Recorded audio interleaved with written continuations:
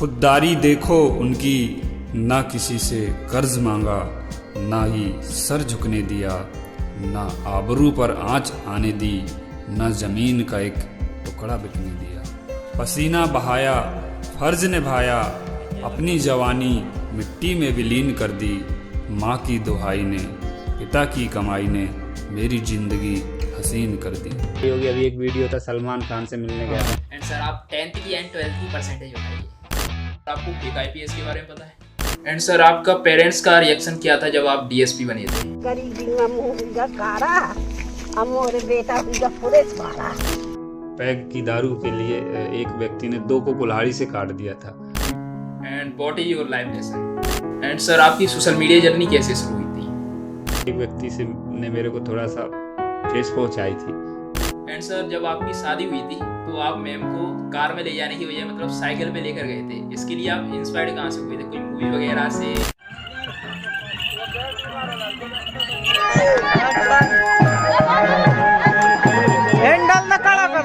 Digital marketing नहीं होती, network marketing होती है।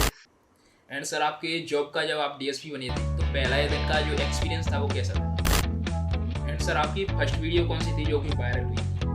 एंड सर ये थोड़ी सी आप पोएट थी, जैसे ये लाइंस वगैरह लिखते हो, ये इसके लिए आप कब से मतलब ये चीज़ें शुरू की थी? एंड सर आपको पुलिस सिस्टम में एक चीज़ चेंज करनी हो वो आप कौन सी चीज़ चेंज करो? एक सबसे अच्छा मोमेंट बताइए अपनी लाइफ में।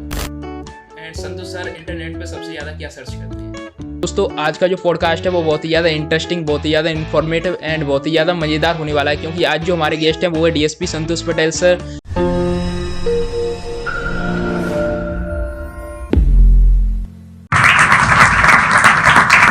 सर आपका जो सफ़र था, जो कि आप एक लोअर क्लास फैमिली से आते हो, उसके बाद आप एक फॉरेस्ट गार्ड बने, उसके बाद आप DSP बने, तो उनके बीच में जो जर्नी थी, जो स्ट्रगल था, उसके बारे में बताइए। मैंने बचपन में सरकारी स्कूल से पढ़ा हूँ अपने गांव से, और हमारा जो गांव है जंगल के किनारे था। और पढ़ाई की, इसके बाद पढ़ाई करते करते जब 12वीं तक हमने पन्ना से पढ़ाई की अपने ज़िले से। इसके बाद इंजीनियरिंग करने भोपाल आ गए थे। भोपाल में इंजीनियरिंग कंप्लीट की, उसके बाद बेरोजगार इंजीनियर बने थे। उस समय नारा एक चला था, BE का मतलब बेरोजगार इंजीनियर, चूँकि बैचलर ऑफ इंजीनियरिंग होती है, लेकिन ज़्यादा संख्या में इंजीनियर होने के कारण लोग डिग्री तो पा जाते थे लेकिन एक अच्छा इंजीनियर नहीं बन पा रहे थे। हम भी उन्हीं में से थे। फिर हमने तैयारी की तो फॉरेस्ट गार्ड बने। फिर जंगल में रहते रहते, पन्ना जिले का काला पानी कहलाता है। एंड सर यहीं पे एक और क्वेश्चन, मतलब जैसे आप फॉरेस्ट गार्ड बने तो लोग होते हैं ना, वो एक ही जगह तक सीमित रह जाते हैं, जैसे कि आप लोअर क्लास फैमिली से आते हैं, बट आपने फिर से DSP के तरह सोचा था, मतलब और बड़ा बनना चाहिए, उसके लिए मतलब मोटिवेट कहाँ से हुए थे? देखो क्या है ना, लाइफ में जितने बड़े सपने लोगे उतनी ऊंचाइयों तक पहुंच सकते हो। अगर हमने टारगेट लिया है कि ग्वालियर से हमें भिंड जाना है और हमने टिकट गोहद की कटाई है, तो हम बस वाला गोहद में ही उतार देगा। और हमने अगर टिकट भिंड की कटाई तो भिंड तक जाएंगे, बीच में उतर भी सकते हैं तो कोई दिक्कत नहीं उससे। ऐसे ये सपनों का लक्ष्य रहता है। अगर आप बड़ा सोचोगे, मेहनत करोगे तो जरूर आप वहां तक पहुंच सकते हो, और नहीं सोचोगे तो फिर मेहनत भी नहीं करोगे और पहुंच भी नहीं सकते। हम तैयारी तो PSC की ही कर रहे थे, लेकिन फाइनेंशियल प्रॉब्लम थी उस समय, तो लग रहा था कोई भी नौकरी मिल जाए तो कर लेंगे। तो फॉरेस्ट गार्ड की मिली तो हमने फॉरेस्ट गार्ड ज्वाइन किया। फिर तैयारी करते रहे, वहीं जंगल में रहकर DSP बन गए। एंड सर आप स्कूल की ड्रेस में पार्टीज वगैरह में या शादी वगैरह में जाते थे, उसका बताइए। क्या होता है ना कि पार्टी और शादी जो होती हैं तो उसमें आदमी सोचता है कि कितने कैसे कपड़े पहन के जाना है, कितना सज धज के जाना है।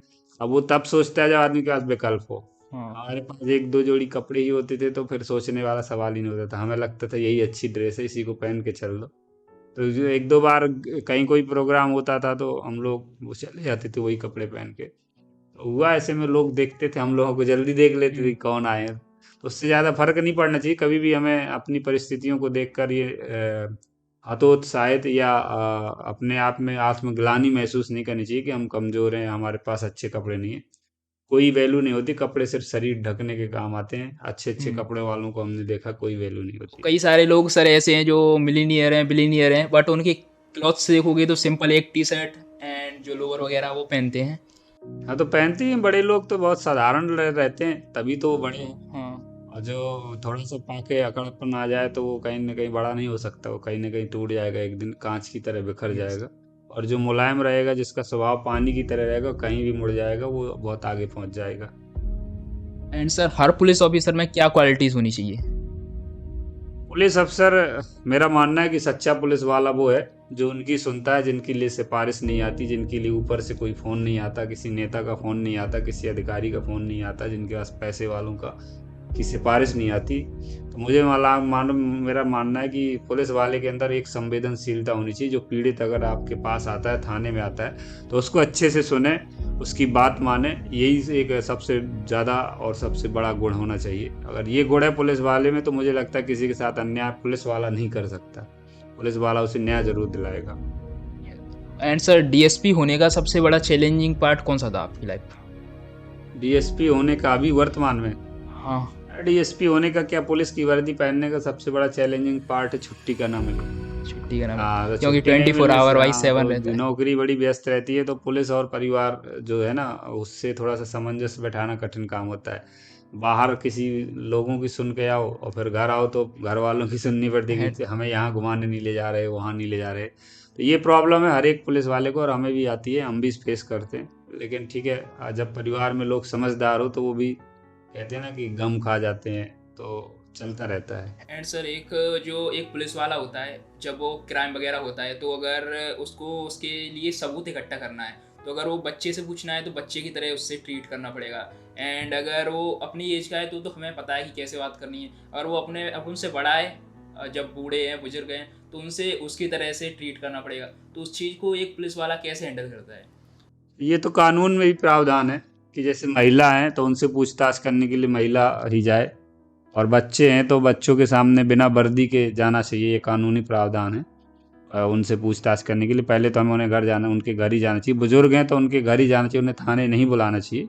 और कोई ऐसी परिस्थिति अगर आप थाने बुला रहे हो तो उनसे बहुत प्रेम से, सद्भाव के साथ और पूछताछ करनी चाहिए, जैसे घर में कोई भी बच्चा, परिवार वाले पूछताछ करते हैं। तो ये कानूनी भी प्रावधान है लिखा, कोई ऐसा नहीं है, व्यवहारिकता में भी होना चाहिए और कानूनी भी प्रावधान, दोनों है ये। एंड सर आज तक का आपका सबसे डेंजरस केस कौन सा रहा, या आपने देखा हो या सॉल्व किया हो? डेंजरस केस तो पुलिस में बहुत से होते रहते हैं, पर मेरे सामने एक केस हुआ था। मैं पृथ्वीपुर में था एसडीओपी। तो एक एक पैग की दारू के लिए एक व्यक्ति ने दो को कुल्हाड़ी से काट दिया था। खेत मूंगफली का सीजन था, ये अक्टूबर माह रहा होगा। मूंगफली के खेत में से सोए हुए थे लोग, चारपाई डालकर, चूंकि मूंगफलियों की सुरक्षा के लिए। तो उनकी रात में दारू पार्टी हुई, जिसमें ये बात हुई कि आज तुम पिलाओगे, हम डेली पिलाते थे। उस जिसका नंबर था उसने बोला मैं नहीं पिलाऊंगा। तो ये लोगों ने कहीं से व्यवस्था की, दो लोगों ने इसको नहीं दी, तो इसने फिर उसको सुबह क्या किया कि दोनों को मार दिया। कुल्हाड़ी से काट दिया। तो बड़ी दर्दनाक घटना थी कि छोटी सी 20 रुपए की दारू के चक्कर में दो लोगों को मार दिया। तो वो घटना मुझे बड़ा वो लगा कि नशा किस तरह से नाश करता है व्यक्ति का।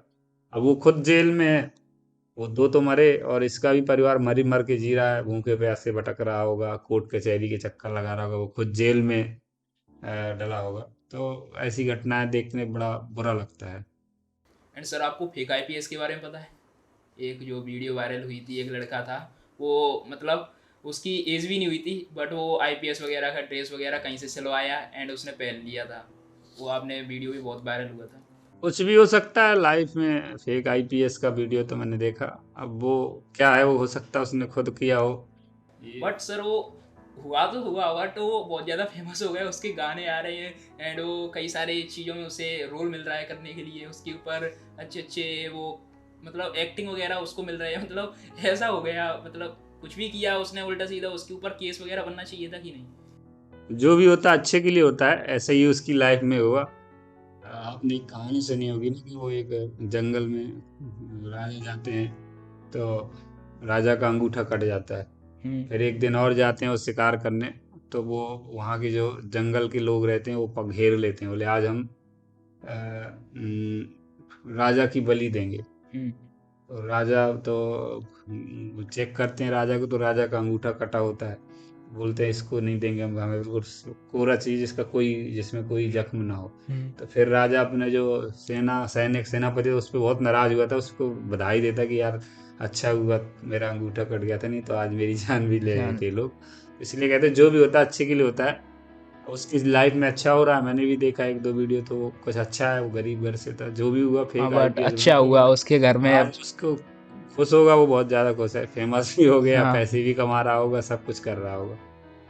एंड सर आपका डिजिटल मार्केटिंग का सफ़र कैसा रहा था, उसका एक्सपीरियंस कैसा था? डिजिटल मार्केटिंग नहीं होती, वो नेटवर्क मार्केटिंग उस होती है। उसमें नेटवर्क चैन की तरह बनाना पड़ता है। 3 जोड़ो, फिर 3 जोड़ो तो कमीशन आता है। आप लोग की भाषा में उसको बोलते हैं मुर्गा फंसाना या मुर्गा। चैन सिस्टम। उसका मुझे अनुभव ये था कि उसने मुझे सिखाया तो बहुत, लेकिन जो सपने दिए थे, जो ख्वाब दिए थे, वो नहीं मिले। चुप तो, लेकिन ये भी कहूँगा कि खराब नहीं बनाया उसने।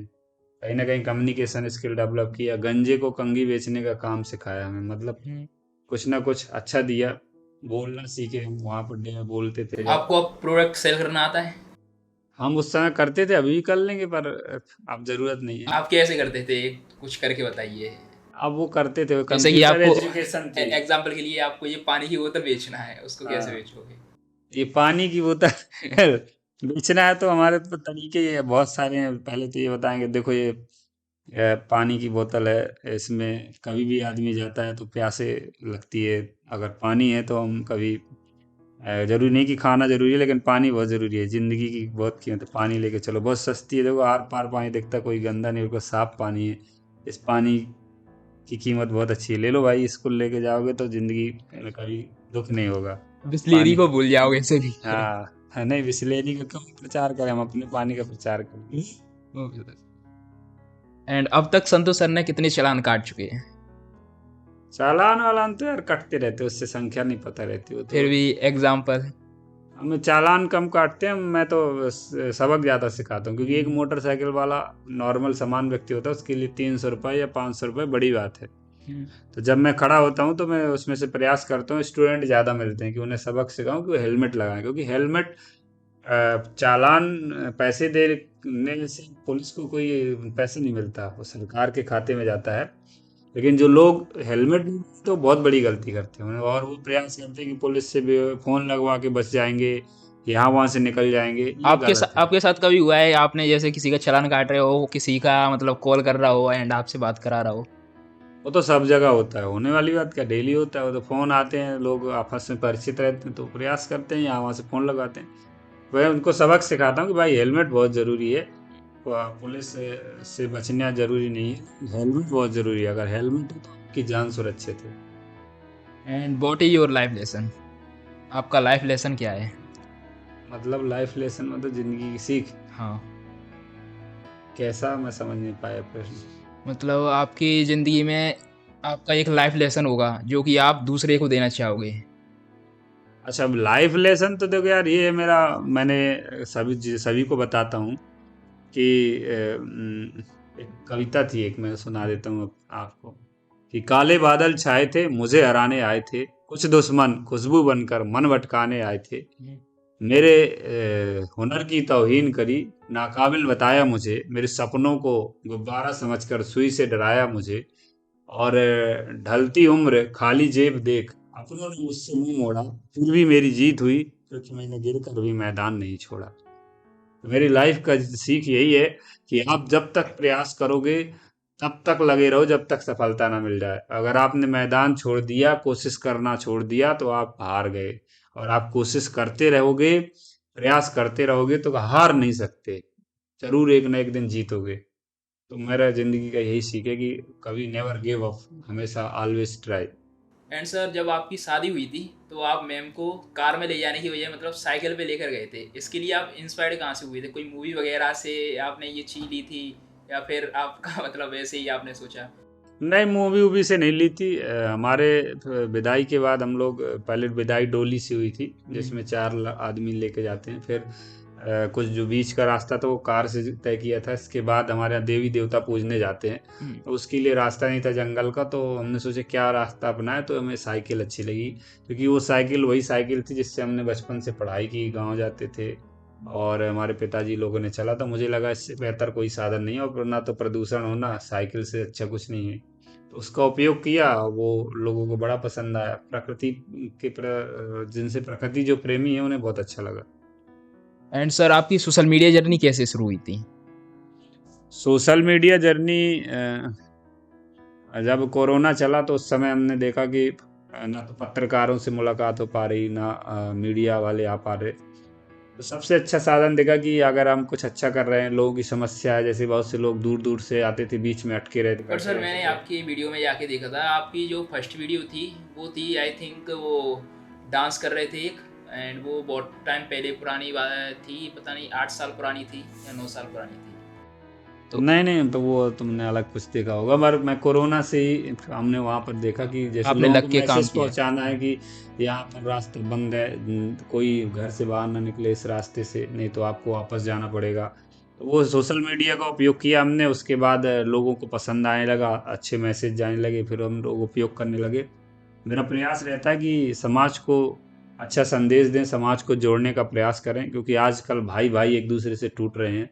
मैंने देखा एक भाई के पास खाने के लिए पैसे नहीं है, लेकिन किराए के लिए पैसे नहीं, लेकिन वो 100 रुपए का आवेदन टाइप करवा रहा भाई के खिलाफ। और लड़ाई कुछ नहीं, बिल्कुल सिंपल सी हाँ। लड़ाई है। अगर बात करता भाई से, निवेदन करता बड़े भाई से या छोटा भाई से, प्रेम से बात करता तो वो सुलझ जाती, लेकिन ना तो कोई सुलझा रहा, ना आपस में बात कर रहे, इसलिए लोग और ज्यादा उलझ रहे हैं। तो मैं प्रयास करता हूँ लोगों को संदेश देने का, बताने का कि आपस में बात करिए, सुलझाइए, क्योंकि सुलझाने से चीजें अच्छी सुलझ अच्छी चीजें जाती हैं। सुलझ जाती हैं।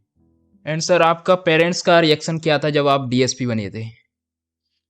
मैं जब डीएसपी बना था, 11 जुलाई को रिजल्ट आया था, मैं 13 जुलाई को जंगल से अपने घर आया था, शाम का टाइम था, मेरे पूरे परिवार के लोग इकट्ठे थे, ढुलकी थी, चाची लोग लमटेरा गा रही थी, बड़ा अच्छा माहौल था, मोटिवेशन था। फिर उस दिन मेरी माँ के विचार थे, जो भाव थे, बड़ी खुशियाँ थी, तो मैं उसमें चंद लाइन लिखी थी कि "ऐ गरीबी देख तेरा गुरूर टूट गया, तेरा मुंह काला हो गया, तू मेरी दहलीज पर बैठी रही और मेरा बेटा पुलिस वाला हो गया"। तो मेरी माँ बहुत खुश थी, मेरे पिताजी बहुत खुश थे, परिवार के लोग सभी खुश थे। और होता है जब आप जिस चीज़ को सोचे ना हो और आपको आपकी सोच से भी ज़्यादा कुछ मिल जाए तो बहुत खुशी होती है। एंड सर ये थोड़ी थोड़ी सी आप पोएट्री जैसे ये लाइंस वगैरह लिखते हो, ये इसके लिए आप कब से मतलब ये चीज़ें शुरू की थी? आप स्कूल के टाइम से ही ये चीज़ें करते आ रहे थे या फिर आप डीएसपी वगैरह बने तब से आपने ये लिखना चाहिए? ये तो हमने पहले से नहीं किया, तो ना तो आता था पहले, लेकिन जब हम कॉलेज लाइफ में पढ़ रहे थे तो तुकबंदी ऐसी करने लगते थे, निबंध लिखते थे, तो कोई जैसे कविता होती है, 2 लाइन होते थे, उन्हीं की तुक पे बीच में 2 4 शब्द बदल के कर देते, तो ऐसे ही करके कॉलेज के बाद फिर धीरे धीरे दिमाग चलने लगा तो और लिखने लगे। चूंकि आज भी अभी कविता को शायरी तो नहीं लिख पाते, लेकिन तुकबंदी जरूर बना लेते हैं। एंड सर कभी ऐसा हुआ था मतलब आपके घर में पहले से ही आप जब डीएसपी नहीं थे, किसी से लड़ाई हुई थी गांव वगैरह में या फिर किसी से, फिर उसके बाद आप डीएसपी बन गए, फिर उसके बाद आपने कभी ऐसा मतलब घर वालों ने सोचा हुआ अब हमारा लड़का डीएसपी बन गया, हम तुमसे बदला लेंगे, या फिर आपने कभी ऐसा कुछ हुआ? नहीं, ऐसी तो तमाम लड़ाइयाँ हुई यार, खूब कुटे पिटे हम लोग, पर मेरी आदत है, मैं याद करने की चीज़ याद रखता हूँ और जो भूलने की चीज़ है उसे भूल जाता हूँ। लोगों को भी सलाह देता हूँ कि अगर अच्छी ज़िंदगी चाहिए, सुकून की ज़िंदगी चाहिए, शांति की ज़िंदगी चाहिए, समृद्धि की ज़िंदगी चाहिए, सफलता की ज़िंदगी चाहिए, तो पुरानी बातों को भूलिए, उन बातों को भूलिए जिससे आपका दिमाग डाइवर्ट होता है, जिसमें आपने कभी कोई ने आपका मजाक उड़ाया तो उन्हें भूलिए, किसी ने आपको थोड़ा बहुत ठेस पहुंचाई तो उसे भूलिए, उससे आपको ठेस पहुंचाने वाले को याद करोगे तो कभी ठोस नहीं बन पाओगे। और याद करने की चीज़ है, अगर किसी ने थोड़ी सी मदद की उसे याद करिए। आप 10 लोगों में से 5 6 ने आपका मजाक उड़ाया, 2 शांत खड़े रहे और 2 ने आपकी मदद की, तो आप उन 2 लोगों से मिलो ना सफलता के बाद, तो वो 8 लोग अपने आप पछताएंगे कि यार हमने उस समय गलती की थी, और दुनिया को बताएंगे कि ऐसा करोगे तो देखो कितना अच्छा सम्मान मिलता है। मैं वही करता हूँ, मेरे भी कई लोगों ने ठेस पहुंचाई होगी। अभी एक वीडियो था, सलमान खान से मिलने गया था मैं, हाँ। सब्जी वाले, अगर पूछ रहे सलमान हो। खान से सर बता दो, मतलब सलमान खान एक्टर से नहीं, मतलब एक सलमान खान सर के दोस्त थे, मतलब सब्जी बेचते थे, उनसे मिलने गए थे, क्योंकि वो भी खान है वो भी खान है, तो कोई सलमान खान एक्टर समझ ले तो उसका थोड़ा डाउट क्लियर सही है। हाँ तो ठीक है ना, जो समझ ले तो कोई दिक्कत नहीं है, वो तो देखने को मिल जाएगा। वो सलमान खान, वो इसी मोहल्ले पे, मेरे को याद है मैं क्रिकेट का बहुत शौकीन हूँ, क्रिकेट देखने जाता था आईपीएल, एक होटल में टीवी में देख रहा था, तो वहाँ पर एक व्यक्ति से ने मेरे को थोड़ा सा ठेस पहुंचाई थी, तो मैं उसका चेहरा तो याद है आज भी, लेकिन कभी उसके बारे में याद मैं सोचता नहीं हूँ, लेकिन जिसने जिसने मेरी मदद की उसके घर भी गया, उससे मिला भी, और उसका आज उसे सम्मान मिल रहा है, लोग तारीफ कर रहे हैं, तो आप उन चीज़ों को भूलिए जिसने आपको ठेस पहुंचाई है, और उसको याद करिए जिसने आपका एहसान किया है, आपकी बुरे वक्त में मदद की है। एंड सर ये एक थोड़ा सा एक छोटा सा गेम खेलेंगे, मतलब इसके अंदर रैपिड फायर, मतलब आपको जल्दी जल्दी मैं क्वेश्चन पूछूंगा, आपको जल्दी जल्दी मतलब आंसर देना है, ऐसे टाइम नहीं लेना है, मतलब शॉर्ट में आंसर देना है और जल्दी जल्दी। आप पूछो भाई। एक सबसे अच्छा मोमेंट बताइए अपनी लाइफ का। जब मैं डीएसपी बना था तो मेरा मोबाइल गिर गया था। और एक सबसे अच्छा मोमेंट हाँ, गिर गया था, ये तो बुरा मोमेंट हो गया। काय को बोला, खुशी से गिर गया था तो भी अच्छा लग रहा था। अच्छा। मोबाइल में रिजल्ट देख रहा था हाँ। और छत पे खड़ा था, नेटवर्क मिल नहीं रहे थे, जंगल की बात है, तो वहां से नेटवर्क मिला मिला के देख रहे थे, गिर गया था, चटक गया था, लेकिन खुशी थी क्योंकि लोग फोन आ गए थे बधाई के लिए, तो अच्छा था। अच्छा, वो मोमेंट हाँ, मतलब बेकार नुकसान होने के बाद भी अच्छा था, अच्छा यही तो मोमेंट मोमेंट था। होता है। यस। एक सबसे बुरा मोमेंट बताइए। बुरा मोमेंट ऐसा कुछ नहीं आया, वो तो बुरा मोमेंट अभी तक तो नहीं है। मतलब फिर भी कुछ हुआ हो ऐसा एक ये बुरा। ऐसे बुरा मोमेंट तो मैं जब 8-9 साल का था तो मेरा बीमार था, तो ऑपरेशन हुआ था, हम्म। अभी भी यहाँ पर घाव है, तो वो याद आता है जब कभी भी, तो वो था एक ऐसा, मतलब घर वालों ने उम्मीदें छोड़ दी थी कि ओ। जिएंगे कि मरेंगे, तो वो चीजें। एंड आपकी फेवरेट मूवी बताइए कोई एक। मूवी वूवी देखता था शौक के लिए, कोई फेवरेट मूवी नहीं। मतलब फिर भी कोई अच्छी लगी हो या फिर। अच्छी तो हमें सब लगती हैं, जिसमें भी सीख होती है, कॉमेडी होती है, तो अच्छी लगती है। आप टीवी देखते हो? टीवी घर में नहीं थी, अभी भी नहीं हमने लगवाई है, तो कम देखते हैं। मतलब मूवी वूवी फेवरेट देख सीरियल लेते हैं। वगैरह बताइए। सीरियल नहीं देखे आज तक, नहीं सीरियल देखी हो? एंड संतोष सर, इंटरनेट पे सबसे ज्यादा क्या सर्च करते हैं? इंटरनेट पे हम तो पहले जब पढ़ते थे तो नॉलेज की बातें सर्च करते थे, अब ज़्यादा कुछ सर्च नहीं करते। एंड वैसे तो सर आपको हॉलीडेज़ की मतलब कम मिलते हैं, बट जब भी अगर कभी मिलता है तो आप सबसे ज़्यादा क्या करते हो हॉलीडेज़ में? छुट्टी मिलती है तो सबसे पहले मैं अपने गांव जाता हूँ, जैसे 10वीं 12वीं पढ़ने पे छुट्टी मिलती थी तो गांव जाते थे, या मामा के यहाँ जाते थे, या रिश्तेदारों के यहाँ। आज भी मुझे वही गोवा लगता है, वही मनाली लगती है, वही कश्मीर लगता है। मैं गांव घर के लिए, मुझे अगर टाइम मिल जाता है 2-3 दिन के लिए, तो बड़ा अच्छा लगता है। एंड सर आप 10th की एंड 12th की परसेंटेज बताइए। 10वीं में मेरे 92% थे और 12वीं में 89% थे। नवासी। एंड सर आपको पुलिस सिस्टम में एक चीज चेंज करनी हो तो वो आप कौन सी चीज चेंज करोगे? पुलिस सिस्टम में मेरे को कोई चीज़ चेंज करनी हो तो क्या चेंज करेंगे? ओके सर, ऐसे छोड़ते हैं, आगे चलते हैं। फ्रीडम फाइटर में सबसे ज्यादा आप किसको मानते हो? फ्रीडम फाइटर में तो देखिए सभी का बड़ा योगदान था, हम्म। और अगर स्वतंत्रता के लिए है तो भगत सिंह, और इसके बाद अगर देखा जाए तो डॉक्टर बाबा साहब अम्बेडकर, जिन्होंने एक खूबसूरत संविधान बनाकर दिया, जिसके कारण आज सब एक समान है और सब अपने जीवन को जी रहे हैं। ओके। एंड सर पुलिस वाला बनने के लिए, मतलब पुलिस बनना है, इसके लिए कहाँ से इंस्पायर हुए थे? किसी को देख के या फिर खुद से ही?